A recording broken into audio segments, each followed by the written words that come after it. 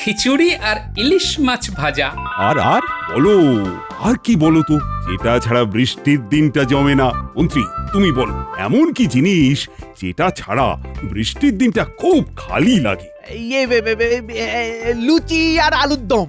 হ্যাঁ, তোমার মাথা, তোমার কি খাওয়া ছাড়া আর কিছু মনে পড়ে না? খাওয়া নয়, অন্য কিছু। খাওয়া ছাড়া অন্য কিছু তো আর মনে পড়ছে না। তোমার মনে পড়বেও না, তোমার মধ্যে তো কোনো রসকস নেই, তুমি একটা শুকনো ডাল। গোপাল তুমি বলো দেখি। ভূতের গল্প খুব সোজা। একদম ঠিক বলেছ। ভূতে আমার বিশ্বাস নেই, কিন্তু গল্প শুনতে খুব ভালো লাগে। তাহলে হয়ে যাক একটা ভূতের গল্প। মহারাজের জয় হোক। মুর্শিদাবাদ থেকে নবাবের দূত এসেছে আপনার সাথে দেখা করতে। এই বেশ ছিলাম ভূতের গল্প নিয়ে, এর মধ্যে নবাব বাহাদুর সাক্ষাৎ ভূত হয়ে আমাদের সভার মধ্যে ঢুকে পড়লেন। রসিক, যাও নিয়ে এসো। যথা আজ্ঞা মহারাজ। কি ব্যাপার বলো তো, হঠাৎ করে নবাব বাহাদুর দূত পাঠালো? ভয় পাওয়ার কিছু নেই। কি জানি, এই নবাব বাহাদুর যতবার দূত পাঠিয়েছেন ততবারই কিছু না কিছু ঘটেছে। প্রণাম মহারাজ। কি খবর বলো দূত? মানে নবাব বাহাদুর ভালো আছেন তো? না মহারাজ, নবাব বাহাদুর খুব চিন্তার মধ্যে আছেন। নবাব বাহাদুর কয়েকদিন ধরে খুব সমস্যার মধ্যে আছেন, কি করবেন কিছু বুঝতে পারছেন না। কি এমন হলো দূত? মানে শারীরিক কোনো অসুবিধে? কি লেখা আছে মন্ত্রী, পড়ে শোনাও। খুব চিন্তার কথা উজির, আমি রাত এলেই কিরকম দিশেহারা হয়ে যাচ্ছি।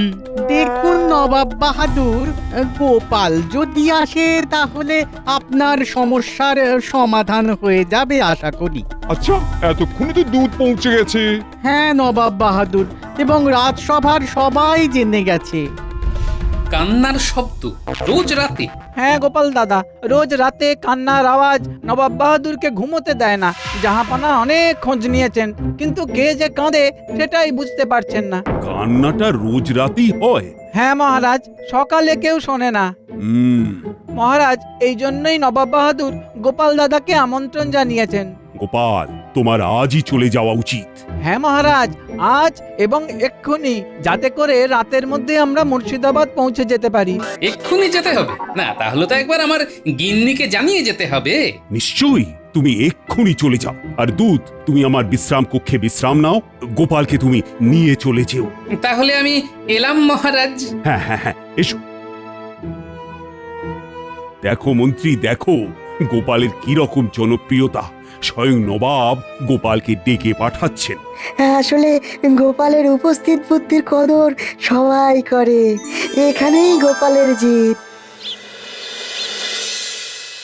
আম পাতা জোড়া জোড়া মারবো চাবুক চড়বো ঘোড়া, ওরে বীর বীর সরে দাঁড়া, আসছে আমার পাগলা ঘোড়া। পাগলা ঘোড়া খেপেছে, বন্দুক ছুড়ে মেরেছে। ও মা, বলি তুমি এত সকাল সকাল এই রাজসভায় কি কিছু গোলমাল হয়েছে? না গো গিন্নি না, নবাব বাহাদুরের ডাক। আমাকে এক্ষুনি মুর্শিদাবাদ যেতে হবে। কেন গো গোপাল দাদু? সে অনেক কথা, এসে বলবো খন। শুধু একটা কথাই বলতে পারি, রাতে নবাব একটা কান্নার শব্দ শুনতে পান। সেই কান্নাটা কার সেটাই নবাব বাহাদুর বার করতে পারেননি। তাই তুমি সেই কান্নাটা কার সেটা বার করতে যাবে? হ্যাঁ, একদম ঠিক ধরেছো।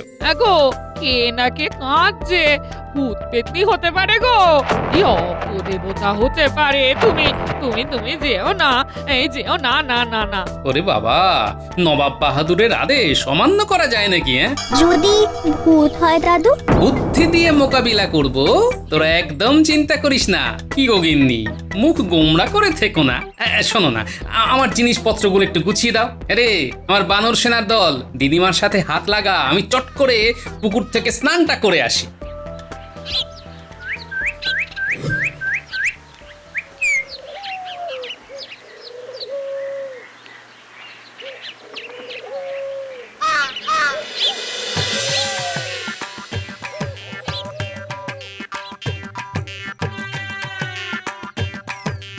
না, খুব চিন্তায় পড়ে গেছে গিন্নি। আরে গিন্নি, আমার বুদ্ধির ওপর একটু ভরসা রাখো।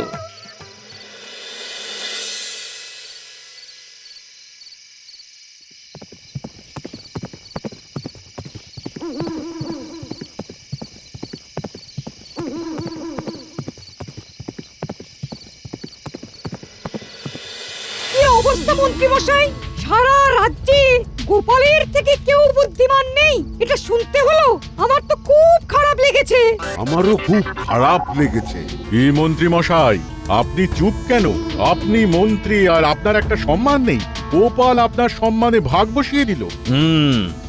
হা করে কি হবে মন্ত্রী মশাই, একটা কিছু সিদ্ধান্তে আসুন।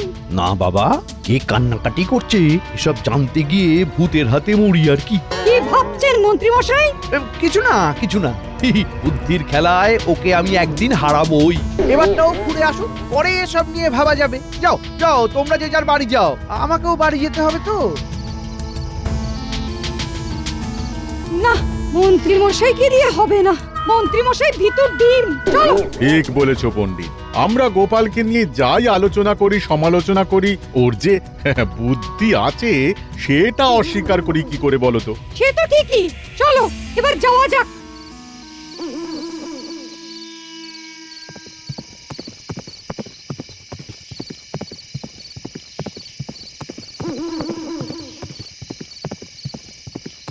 আর কত দূর দুধ? এসে গেছে গোপাল দাদা, আর কিছুক্ষণ। তোমার কি কষ্ট হচ্ছে? না না, কোনো কষ্ট নেই, চলো। আর কিছুক্ষণের মধ্যেই পৌঁছে যাব।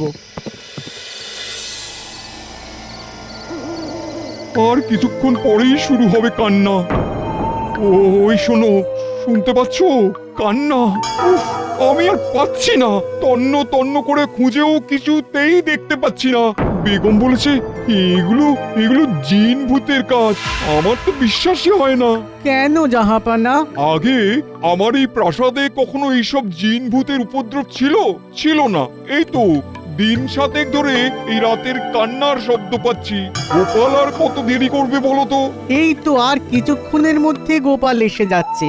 উফ, আর পারছি না, কোথা থেকে কান্নাটা আসছে সেটাও বুঝতে পারছি না। প্রণাম নবাব বাহাদুর। শুনতে পাচ্ছ গোপাল কান্নার শব্দ? কই নবাব বাহাদুর, কোনো কান্নার শব্দ তো পাচ্ছি না। জাহাপানা, কান্নার শব্দটা তো আর শোনা যাচ্ছে না। কি আশ্চর্য, সত্যি তো কান্নার শব্দ তো আর নেই। গোপাল আসার সাথে সাথে কান্নাও বন্ধ হয়ে গেল। গোপাল তুমি বিশ্রাম নাও, খাওয়া দাওয়া করো। আচ্ছা নবাব বাহাদুর, ওই কান্নার শব্দটা কোথা থেকে আসতো, মানে কোন দিক থেকে?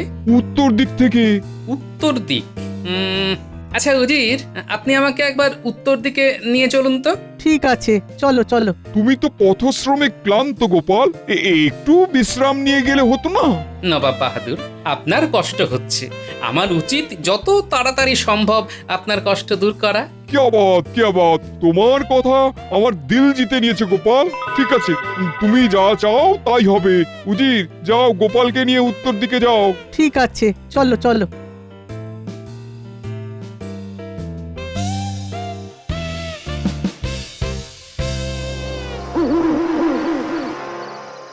এই উত্তর দিকের মহল থেকে কান্নার শব্দটা আসে গোপাল। আচ্ছা, কান্নাটা ঠিক কখন থেকে শুরু হয়? রাত হলেই, রাত যত গভীর হয় কান্না ততই বাড়তে থাকে। আচ্ছা, আপনি আমাকে এই উত্তর দিকের কোনো একটা মহলে রাত কাটানোর ব্যবস্থা করে দেবেন, কেমন? তুমি এইখানে রাত কাটাবে? হ্যাঁ উজির। তোমার ভয় করবে না? ভয় করলে কি আর চলবে? তুমি ভূতে বিশ্বাস করো গোপাল? করি তো উজির। তুমি ভূত দেখেছো? বহুবার। তবুও তোমার ভূতের ভয় নেই? না, ভূতকে আমি ভয় করি না, কারণ ভূত তো মানুষের ক্ষতি করে না, ক্ষতি করে মানুষ। তুমি দেখছি ভূতেদের প্রতি খুবই সহানুভূতিশীল। ভালো ভালো। প্রহরী, এসো এসো এসো। হ্যাঁ, এই ঘরটায় গোপালের থাকার ব্যবস্থা করে দাও। ঠিক আছে উজির মশাই, একটু আগে আবার কান্নার শব্দটা পেয়েছিলাম। শব্দটা ঠিক কোথা থেকে আসছিল, মানে যেখান থেকে আসছিল সেখানে আমাকে নিয়ে যেতে পারবে? ক্ষমা করবেন, আমি ওখানে আর যাব না। এ নিশ্চয়ই কোনো জিনের কাজ। আমি একটা ছায়া মূর্তিকে এইখান থেকে যেতে দেখেছি। কি বলছো তুমি? এই কথা তুমি আগে বলনি কেন? আমি খুব ভয় পেয়ে গিয়েছিলাম, ভাবছিলাম আমার কথা কেউ বিশ্বাস করবে কিনা। আর কি দেখেছো? এই বারান্দা দিয়ে দৌড়ে যেতে দেখেছি।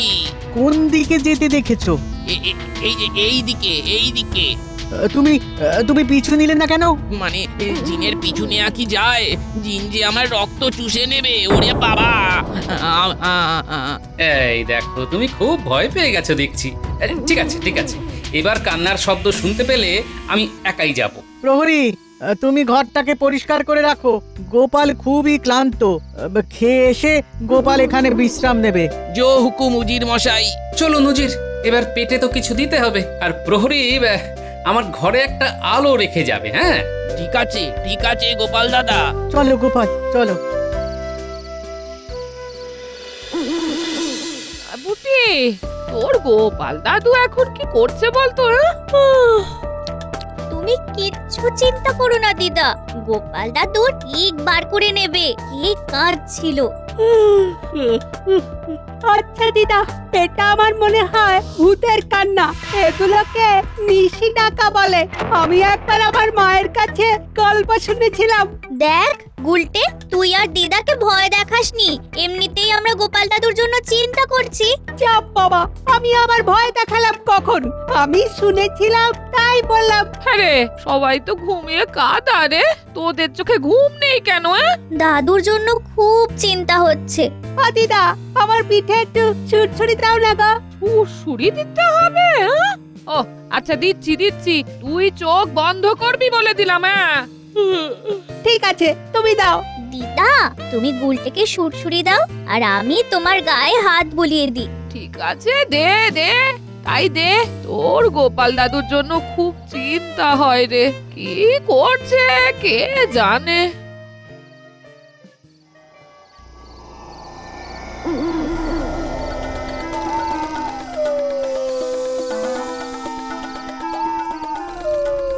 বেগম, শুনছো? ওই শুরু হলো আবার কান্না। দরবেশ, ফকিরকে খবর পাঠাও, আমাদের এই প্রাসাদে জিন ঢুকেছে। কারণ ছাড়া জিন ঢুকবে? আমার বিশ্বাসই হয় না। দেখি গোপাল কি করে। গোপাল ঠিক বার করে দেবে। আপনি কেন বুঝতে চাইছেন না জাহাপনা? এই জিনের কাজ এ আপনার গোপালের দ্বারা হবে না। তুমি গোপালের বুদ্ধি জানো না বেগম? গোপাল ভূত তাড়াবে? গোপালকে ওঝা দেখবেন, গোপাল কাল সকালেই আপনাকে এসে বলবে, নবাব বাহাদুর এই ভূত ধরা আমার কম্য নয়। তখন বুঝবেন জাহাপনা। গোপাল এখন কি করছে? কি আর করবে, ভয়ে কাঁপতে কাঁপতে আপনার কাছে এসে বলবে, নবাব বাহাদুর আমি ঘরে যাব, আমার খুব ভয় করছে। দেখা যাক।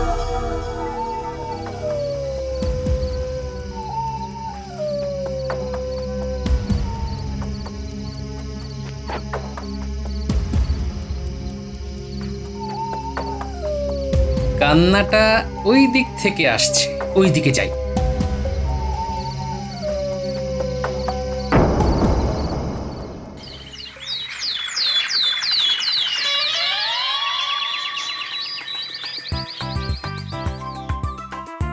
কি গো, কি চিন্তা করছো? চিন্তা করছি না, ভাবছি কি ভাবছো? খুব কি মন্দ হতো। কি মন্দ হতো? কি যে চাই বলছো, কিচ্ছু বুঝতে পারছি না। যেটা তুমি ভাবছো সেটা পরিষ্কার করে বলো। আজ সকালটা ভীষণ ভালো লাগছে। যদি ঘটনাটা সত্যি ঘটে তাহলে তোমাকে সোনায় মুড়ে দেব। বাবা, সোনায় মুড়ে দেবে? তাহলে দেখবো স্বপ্ন। আমার কত দিনের স্বপ্ন, আমার মাথা চুল থেকে পায়ের নখ পর্যন্ত সোনা আর সোনা। কিন্তু যেটা ভাবছি সেটা হবে তো? সেটা না হলে তো কিছুই হবে না। আচ্ছা, তোমার মনের মধ্যে আমি কিভাবে ঢুকে জানবো বলো তো? তুমি যদি খুলে না বলো। হ্যাঁ বলছি। কাল গোপাল গেছে মুর্শিদাবাদ। বেশ, জিনিস। তারপর নবাব বাহাদুরের প্রাসাদে কে যেন কেঁদে চলেছে, বুঝলে? নবাব বাহাদুর মুর্শিদাবাদ থেকে লোক পাঠিয়ে গোপালকে নিয়ে গেছেন। বলো কি, মুর্শিদাবাদ থেকে লোক এসে গোপালকে নিয়ে গেছে? তার মানে তোমার কোনো যোগ্যতাই নেই। নবাব বাহাদুর তোমাকে নিতে লোক পাঠালো না, তুমি নাকি মন্ত্রী। যাও যাও, দূর হও। আমি আজই আমার বাবার কাছে চলে যাব। তোমার কাছে থাকবো না, থাকবো না, থাকবো না। এই গিন্নি, আরে লক্ষ্মীটি, এইরকম ভাবে চলে যেও না গিন্নি। হায় রে, আরে কি ভাবলাম আর কি হয়ে গেল। কি জানি গোপাল কাল রাতটা মুর্শিদাবাদে কিরকম কাটালো, কার কান্না সেটা কি ধরতে পারলো? নিশ্চয়ই ধরতে পেরেছে। একটা রাত গোপালের কাছে যথেষ্ট। কি মন্ত্রী, তুমি মুখটা ওই রকম বাংলার পাঁচের মতন করে রেখেছো কেন? কাজ মিটিয়ে গোপাল জিতে বাড়ি ফিরবে। আরে আনন্দ করো, আনন্দ। আর আনন্দ? গোপালের জন্য আমার দাম্পত্য জীবন ভেঙে যাচ্ছে মহারাজ। আমার বউ রাগ করে সকালবেলা বাপের বাড়ি চলে গেছে। সে কি, কেন? নবাব বাহাদুর গোপালকে মুর্শিদাবাদ থেকে লোক পাঠিয়ে নিয়ে গেলেন। গোপালের কত নাম ডাক, আমার গোপালের মতো নাম ডাক হলো না কেন? আমাকে নবাব বাহাদুর নিয়ে গেলেন না কেন? তাই রাগ করে বউ বাপের বাড়ি চলে গেল। ঠিক আছে, গোপালকে জিতে ফিরতে দাও। তারপর গোপালকে বলবো তোমার শ্বশুর বাড়িতে গিয়ে তোমার গিন্নিকে বুঝিয়ে সুঝিয়ে নিয়ে আসতে। আচ্ছা, গোপাল এখন কি করছে? নবাব বাহাদুরের জয় হোক। বলো গোপাল, কার কান্না জানা গেল? জানা গেছে নবাব বাহাদুর। তুমি জানতে পেরেছো? দেখলে তো বেগম, আমি কি বলেছিলাম? গোপালই পারবে, দেখলে তো। কি করে বার করলে গোপাল? হ্যাঁ, তোমার তো খুব সাহস। সব বলবো, তার আগে আমার একটা কথা আছে। নবাব বাহাদুর, আপনাকে একটা কথা জিজ্ঞেস করব? বলো গোপাল, বলো। আজ তুমি যা জিজ্ঞেস করবে, যা চাইবে, সব পাবে। আচ্ছা, আগে আমার গল্পটা শুনে নিন, তারপর প্রশ্ন হবে। ঠিক আছে, বলো গোপাল। আমি তখন ঘুমোচ্ছি, ঘুমটা সবে এসেছে। ঠিক তখনই কান্নাটা ভেসে এলো। আমিও বিছানা থেকে উঠলাম, আলোটা নিয়ে দরজা খুলে বেরিয়ে পড়লাম।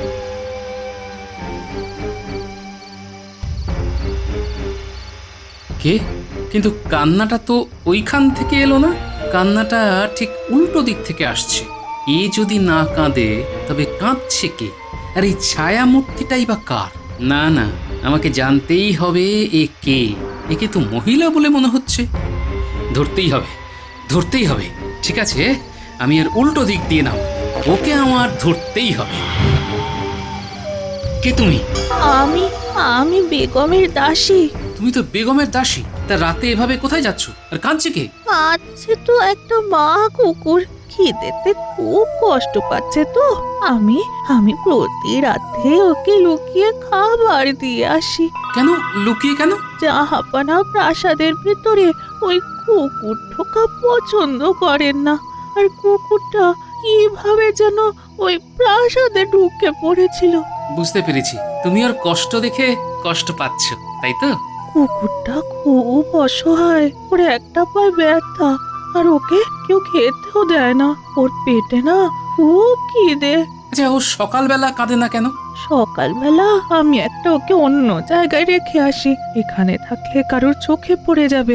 আর জাহাপনার কাছে খবর গেলে তো আমার শাস্তি হবে। তাই গোপাল দাদা, দয়া করে জাহাপনাকে বলবেন না। কদিন পরে আমি ওকে অন্য কোথাও রেখে দেব। তুমি চিন্তা করো না মা, আমি নবাব বাহাদুরকে সব বুঝিয়ে বলবো। ধন্যবাদ। নবাব বাহাদুর, কার কান্না সেটা তদন্ত করতে গিয়ে একটা এমন করুণ গল্প সামনে এলো যে সেটা থেকে মুখ ফিরে রাখতেই পারছি না। নবাব বাহাদুর, আমি বেগম সাহেবার দাসীকে কথা দিয়েছি যে আপনি ওর এই অপরাধ ক্ষমা করে দেবেন। দাসী, এসো। প্রণাম জাহাপনা। তুমি তোমার কুকুরকে আমার প্রাসাদের মধ্যে একটা ভালো জায়গায় রাখবে। দেখবে যেন তোমার কুকুরের কোনো কষ্ট না হয়। ও যেন খুব তাড়াতাড়ি সুস্থ হয়ে ওঠে। ধন্যবাদ জাহাপনা। क्या बात, क्या बात। গোপাল তুমি সত্যি অসাধ্য সাধন করতে পারো। আমি তোমাকে বিশ্বাস করতে পারিনি, কিন্তু তুমি আমার বিশ্বাস জিতে নিলে। কি বলেছিলাম বেগম, গোপালের কোনো বিকল্প নেই। আমি কি আজ কৃষ্ণনগর ফিরতে পারি নবাব বাহাদুর? তোমাকে আটকে রাখবো এমন শক্তি কি আমার আছে? আজকের দিনটা তুমি আমার এখানে অতিথি হয়ে থেকো, কাল সকালে তোমাকে পৌঁছে দেব, ঠিক আছে? যথা আজ্ঞা নবাব বাহাদুর।